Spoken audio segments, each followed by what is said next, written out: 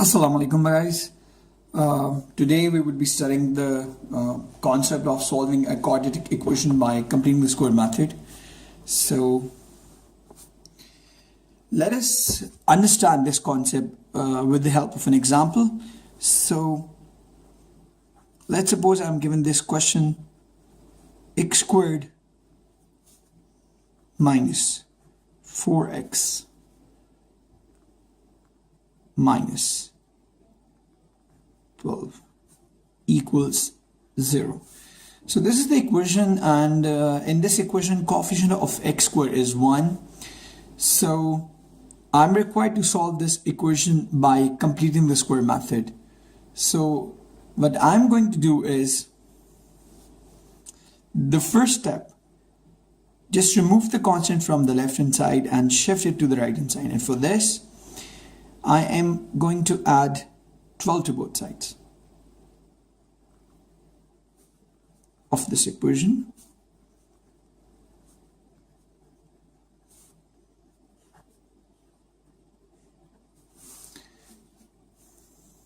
So this all they will be eliminated. So on the left hand side I would get x squared minus 4x, and on the right hand side I would get 12. So guys, please stay reminded that this method that I am explaining right now is only valid whenever your coefficient of x squared is 1. I'm going to explain the concept of solving any quadratic equation using completing the square method in which your coefficient of x squared is not 1, other than 1. So we would be discussing this in some other video.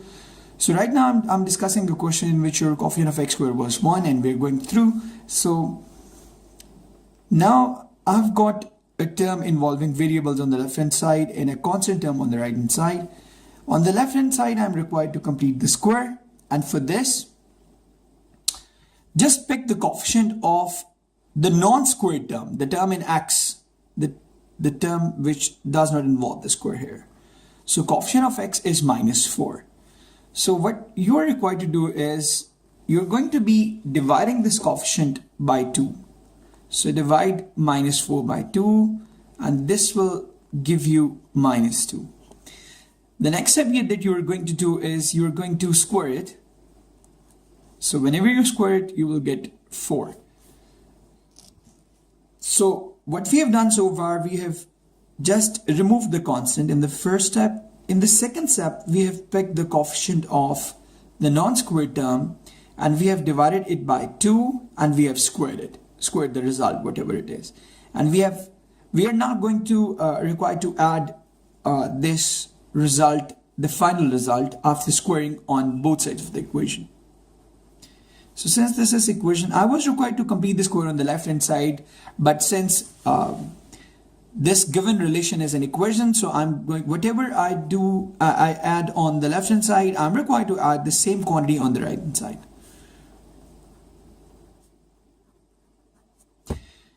So on the left hand side we must get a complete square, and let's check whether we have got it or not. I hope we have. So this first term, this is basically square of x. This middle term is 2 multiplied by the first term multiplied by the second term, plus this is square of 2 basically. So you can plug the values of the first term and the second term from the neighboring values. So this is first term is x, my second term is 2. So if you compare these terms, they exactly match. If you expand this, you will get the values that you have written in the last step. So on the right hand side, simply add these terms. So this will be 12 plus 4, which counts to 16. After that, now you've got a complete square. This is a squared minus 2ab plus b squared, the second identity. So you can write your first term is x, your sign, it comes from the middle term. So this is negative sign, or your second term is 2, so it will come here. So this is x minus 2 whole squared equals 16. So after this step, you're not going to expand basically, because if you expand it, you will be moving backwards. So I hope you'll not be doing that. So what would be the next step? we have got a complete square on one side and we have got a constant term on the other. So we are going to take square root on both sides to simplify this. So if we take square root on both sides,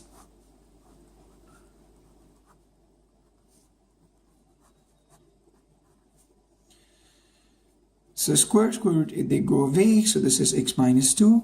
Root of 16 is plus and minus 4, right? So we can now split this answer as either my x minus 2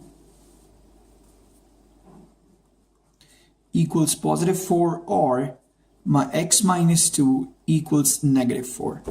So this gives me when my x is 4 plus 2 or my x is minus 4 plus 2. So the final answers are x equals to 6 or x equals to minus 2. So you can plug these values in the equation that was initially given, and you must get an identity if you have got the correct answers. So this was all about the completing the square method, and I hope you have learned it. So thank you so much, and Allah Hafiz.